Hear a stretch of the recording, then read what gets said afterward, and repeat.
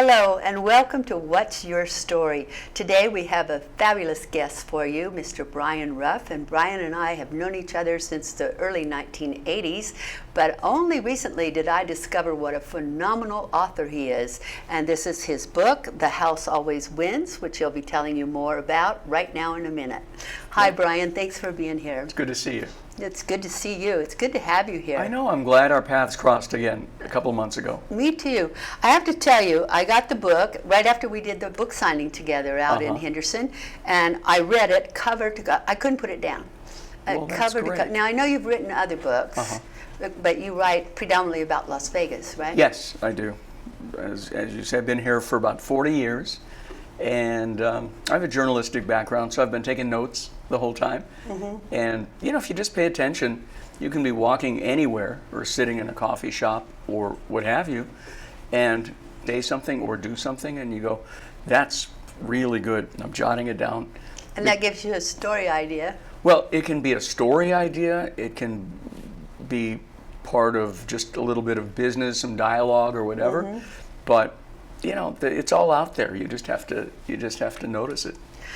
I'm glad you said that because, you know, I write self-help books, and I've been too intimidated to even think about doing novels because I think, how would I come up with the conversation that people have, or how would I know? But what you're saying is sometimes you eavesdrop on other people and hear a great sentence or a great dialogue.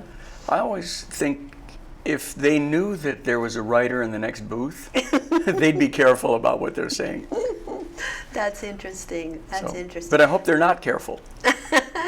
So tell my audience the plot about your book. So most plots, I believe, come from some kind of an incident in real life. So I'm no different. About 20 years ago, my wife, who's a realtor, found a real deal in an old part of town, old for Vegas, you know, built in the 1950s, right? It was on St. Louis and Spencer. That's a great neighborhood. Right? Old, exactly. Old, great neighborhood. They're bringing it back to life too. Yeah. But and Oakey and that whole area there, and this house was almost 6,000 square feet, completely trashed, just in the worst shape, and it had been sitting there for a long time. When you walked in, it smelled like a swamp. Cool. Because it had an indoor pool that had not been dealt with in many years. And everything, do you remember way back in the day at Knott's Berry Farm, they had something called the haunted cabin or whatever. Yeah. And things were like at a weird angle, and you could hardly walk in it, and it was, you'd walk up, it felt like walking down. That's what the house was. Anybody with any brains would have said, we're done, we're out. But we took it on as a family project. We moved in and restored the house after about 3 years and sold it. Found out it had been owned by, you know the name Jackie Eglash, right? Of course, yes. He was the orchestra leader at the Sahara, yes, among others. It was a party house, so every star in town from the 50s, 60s, and early 70s. In that house. Elvis, we know for a fact because we met Jack's family. They used to come by just to take a look after it was restored because we brought it back to its former glory. Oh, wow. So the Rat Pack had been there, a lot of the comedians. So it was well known in its day. And so we restored it. And the whole time we lived there, I always felt like it was haunted. Now, I never saw a ghost, but, you know, it was an old house and it was a little creepy, especially at night, and you hear strange noises and doors would kind of not stay open and drawers would open and close. So it's just an old house settling, right? But when you're a fiction writer, you use that as motivation, and that was the kind of the point of departure for getting me into this book. So, of course, you want to fictionalize a lot of things. I thought, yeah, it's interesting, you know, if the ghost was an old band leader, but it'd be more interesting if the ghost was an old mobster. Yes. So I invent this young couple. He's from here, she's from the Midwest.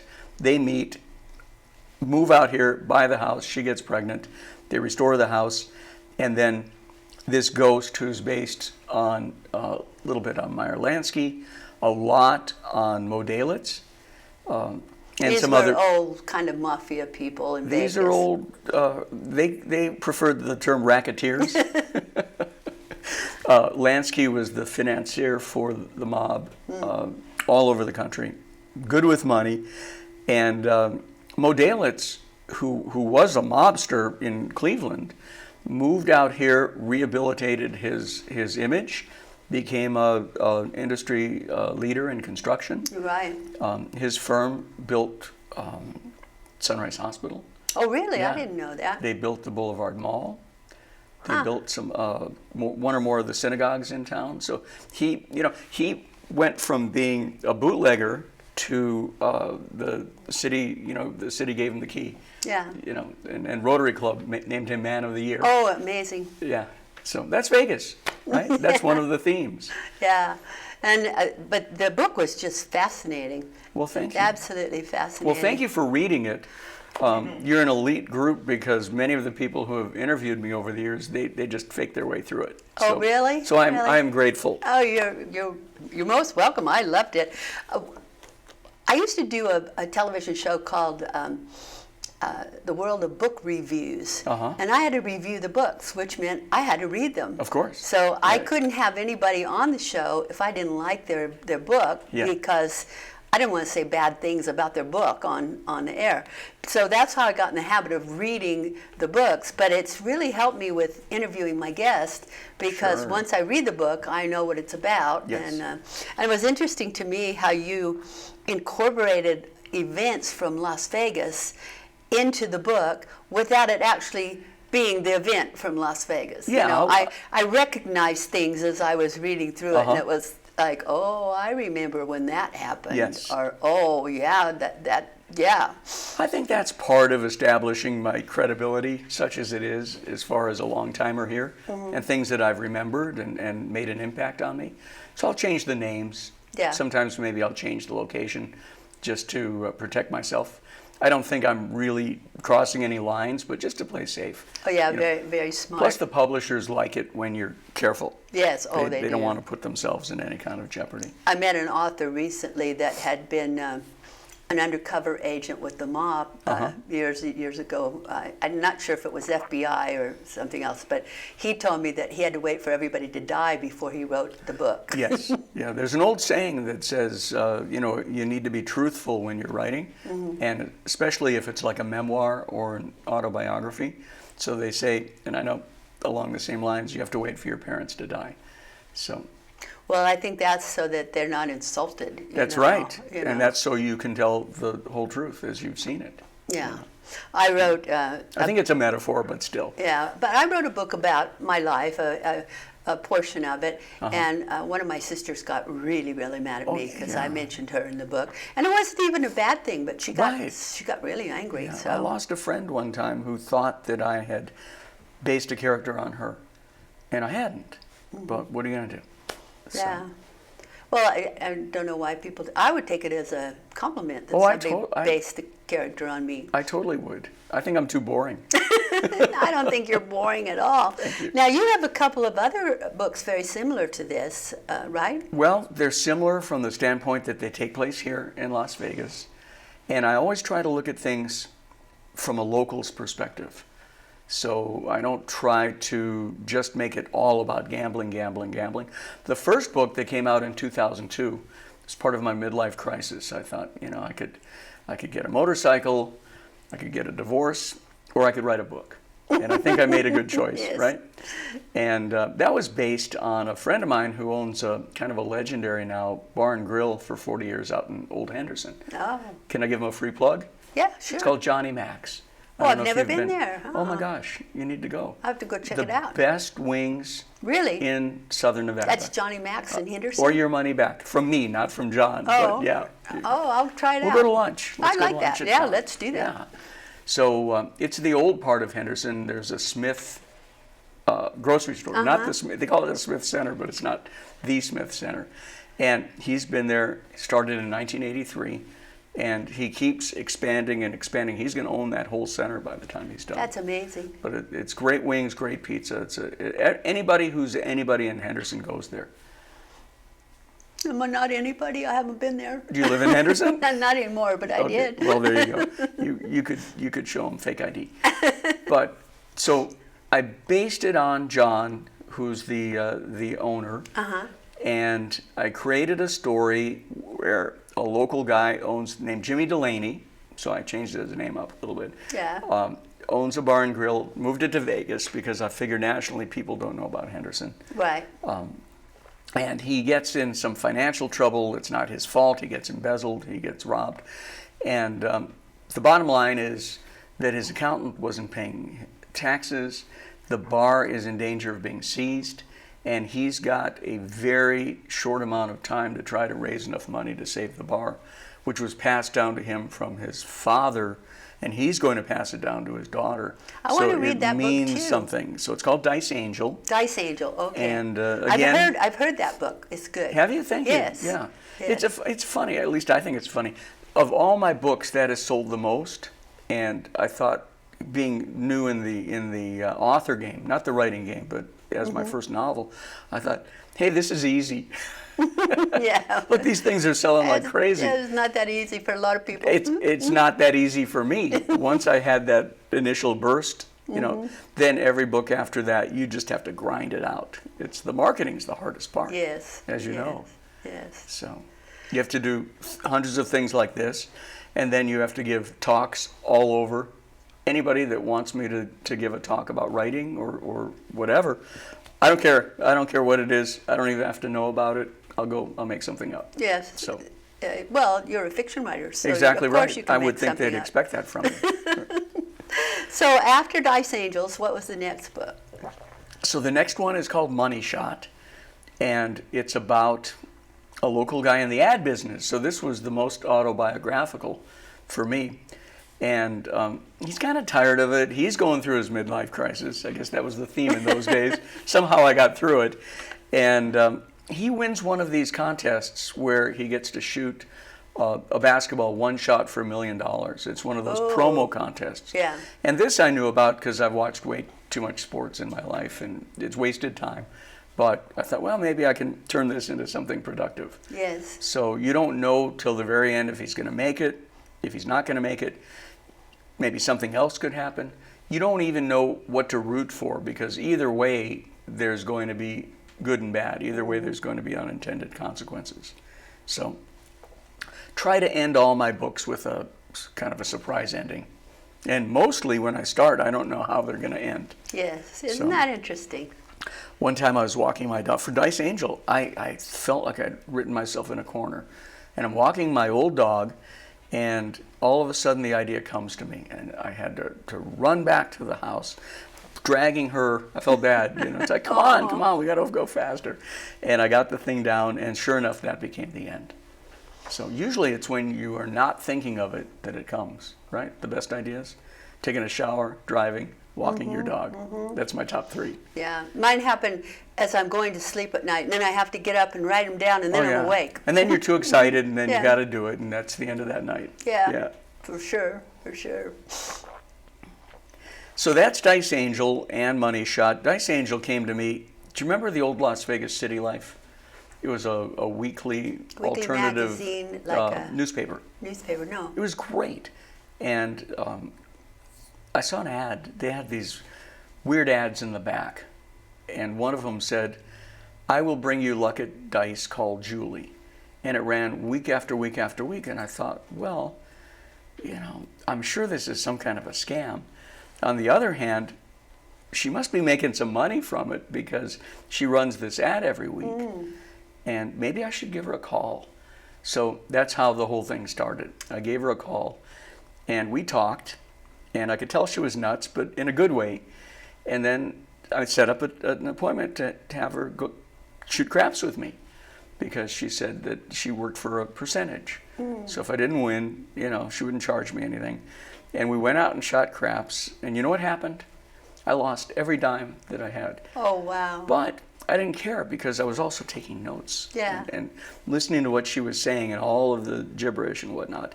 And those are the things that made it into the book and I think made it more authentic. Yes, So. yes. That's interesting that you do that kind of research. It's a little undercover work. One of these days I'll probably get caught. Somebody will beat me up, you know. I hope not. Me too. I hope At this not. point, it takes a lot longer to heal. Well, you were with the same publisher I was with for quite a while. Huntington, yeah. Yeah. I've known Anthony for years, and he mainly does nonfiction, but bless his heart, he took a shot at a fiction. He's tried that a couple times, and it's gone really well, but I think he is probably more comfortable with the type of books that you write, for example. So, but I'm working on a sequel to Dice Angel. I'll take Anthony to lunch, see if he's interested.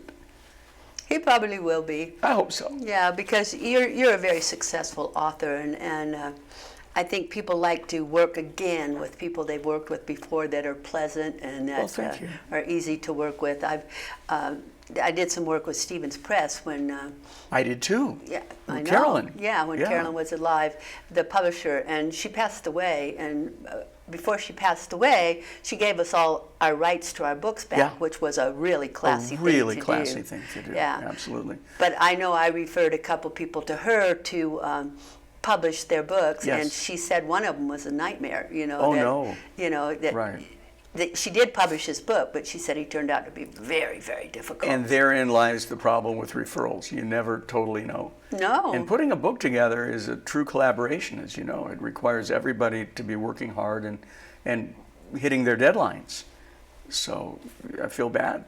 Yeah. But I don't think Stevens, I think they closed finally during the Great Recession, right? I think they've probably been gone about a good 10 years, maybe more. But yeah, Carolyn was great to work with. Oh, I loved working with her. I'll never forget when I went in to see her about my book. She had previewed my book. Someone else had given it to her to look at, and I went in and she was late, and I get real tacky when people are late. You know, I was sitting there and she was real late. She comes through the door and she just looks at me and goes, "Come with me." And I thought, oh boy, you know. And we go in and I sat down and she said, "Okay, let's talk about this book." And I'm thinking, well, okay. She goes, "We're going to do it, and here's what we're going to do." And she goes, da da da da da da, you know. And then I said, "You can't put my." She said, "You couldn't put my picture on the cover." And I said, "You can't put my picture on the cover. Only celebrities put their pictures on the cover." And she goes, "By the time I get through with you, you'll be a celebrity." That sounds like Carolyn. Yeah, and I was like, "Oh, okay." Yeah. You know? Yeah, she was delightful. And once you got to know her, you loved her, right? Yes, I did. Yeah, she was a wonderful lady. She was a wonderful. We lose too many people too soon. Boy, isn't that the truth? Yeah, we do. And I have a theory about that, but it's going to make me sound like a crackpot. well, that's okay. If you don't mind sounding like a crackpot, I don't care. I do it. I like to hear it. I do it all day, every day, because we're so downwind from where they used to do the above-ground atomic testing. I feel like there's stuff still in the desert, and whenever the wind blows, a lot of us have allergies, but I think I'm allergic to radiation. That's a possibility. So I only say that with the tongue halfway in my cheek. I know, but that is a possibility because there's a town up in northern Nevada where they also had a lot of underground testing and things, and a lot of the children in that town got very, very sick. And I believe it has to do with that. And there was a John Wayne movie that was filmed, I want to say, in the late 50s, maybe, in St. George, which was also close to the above-ground testing. And everybody in that cast, including the director, I think was John Ford, they all died within 10, 15 years of cancer, every one of them. So on that happy note, yeah, that's not very happy. But that, you know, I worked at the test site. I had no idea. Yeah, I was out there from about 1960 to 63, really? 64. Did they bus you in those days back and forth? We bused back and forth, and then I lived out there as well for about a year. They had old Army barracks, and I think we paid like 75 cents a night for our room. And I lived out there for a couple of years to save the bus ride back and forth. But I actually worked with RadSafe, the Radiological Safety Department. So we were exposed more so than most people. Oh, wow. And all these years later, I sometimes wonder if my cancer didn't come from that previous well, I'm sorry I brought that up, but it, you know, I mean, well, it could happen. I'm sorry to take that away from your interview. I know I'm not a doctor. I just play one in these interviews. Yeah, but it's That's interesting that you say that, because that would make a good book. That may wind up in my next book. Oh. I've been thinking about that. Yeah. Yeah. Because, you can't prove it, but No. a lot of it is, a lot of people think about those things. I have people say that to me very often, Right. about, were you afraid to work out there, and how did that affect your life, and did you get sick later? And, Yes. so that could be a very good storyline. Well, let's give it a try. Okay. Okay, so you're working on another book now. I am. It's slow going because I'm trying to wrap some stuff up, and so I do most of my writing early in the morning or on weekends. Most of my personal writing. The thing is that in my day job at Imagine Communications, I write kind of all day. Yeah. So it keeps me sharp, but it also it's kind of wearing a different hat. I actually physically put on a different hat. It's a totally different when kind you're of writing. When you're writing fiction versus nonfiction, and when you're writing for yourself and the public versus for a paying client. So, I just have to always remember where I am, what I'm doing, and who it's for. So when you're writing for your paying clients, does your mind sometimes go off into your personal writing? I mean, do you get an idea and think, oh, I wish I could write that right now, but I got to make a note and do it later? Yeah, that absolutely can happen. Yeah. You can put up the wall, but things sneak through. There's Yeah. no doubt. So, and I'm like you. I keep a pad by on the nightstand, just in case. Yeah, you got to. And luckily, my wife can sleep through most of my foolishness. So, How long you been married? 37 years. 37 years. Yes, ma'am. You don't even look like you're old enough to be married 37 Aren't you years. nice? Yeah. Can you imagine what I'd look like if I wasn't married? No. Probably be dead, actually. But Yeah, 37 years. That's one year wonderful. at a time. It's Yeah. crazy. Do you have children? Yeah, I got 2 kids, 5 grandkids. Wow. And what do they think about you being a mystery writer? Oh, they don't care. Oh, they don't? couldn't care less. Oh, I think No. it's impressive. Actually, I have 2 grandkids that think it's cool, but they're relatively young, so they'll grow out of that. That's fun. One of my granddaughter, who's 17, is a really good writer in her own right. So Ooh. we're working together on some things, and I always try to encourage her. She falls into one trap that a lot of writers do, even older writers, which is she gets a great idea, she's obsessed with it, and then halfway through she'll get a greater idea, and she'll put that one aside, start on the one that she thinks is even better, and so she has many unfinished manuscripts, and I'm trying to get her to finish something. Finish something. Yeah. Do you know, I was like that when I was young. Uh-huh. I never finished anything, and I had to learn to finish things. And now it's almost detrimental to my art career, Right. because most artists never finish one painting before they start another one. Uh-huh. And I'm like, that one's not finished yet, so I'm going to stick with it till I get it done. And Right. sometimes it's difficult to stick with it to the end. I understand. You Yeah. need some diversification in your thinking. Right. But when it comes to writing, I have to stick to it until it's finished, or else I wouldn't ever get it done. I would put it aside, like you said she does. And by the way, I've seen your artwork. It's really good. I thank you. don't have an artistic bone in my body, and art looks like magic to me. I just don't know how you do it. Well, I never wanted to be an artist. I wanted to be a writer. Uh-huh. My whole life I went to school for journalism. That's what I wanted to do, and I did all of that. And it wasn't until I got cancer and the doctor said, go take art lessons. Really? And I thought he'd lost his mind. Uh-huh. And I went and took art lessons, and then I discovered I had some talent there too. Isn't that something? But again, how do you combine it? I've written a couple children's books now, and I think I should illustrate them, but then I don't have the confidence to feel like I'm good enough to illustrate this Right. book. Can I give you a 3-word pep talk? Yes. Do it anyway. Do it I love Yeah. that. Yeah. Do it You anyway. should just take a shot. Yeah. That's a good thing, a 3-word pep talk. I like that. Okay. I just made that up. Oh, you did? Yeah. Let's copyright it. Well, you're a very good influence. You're a very good influence. Thanks. And so you said that's one of the problems that a lot of writers have, is that they don't finish. There's so many traps. If you read some of the things that Hemingway said about writing, for example, did not enjoy the process at all.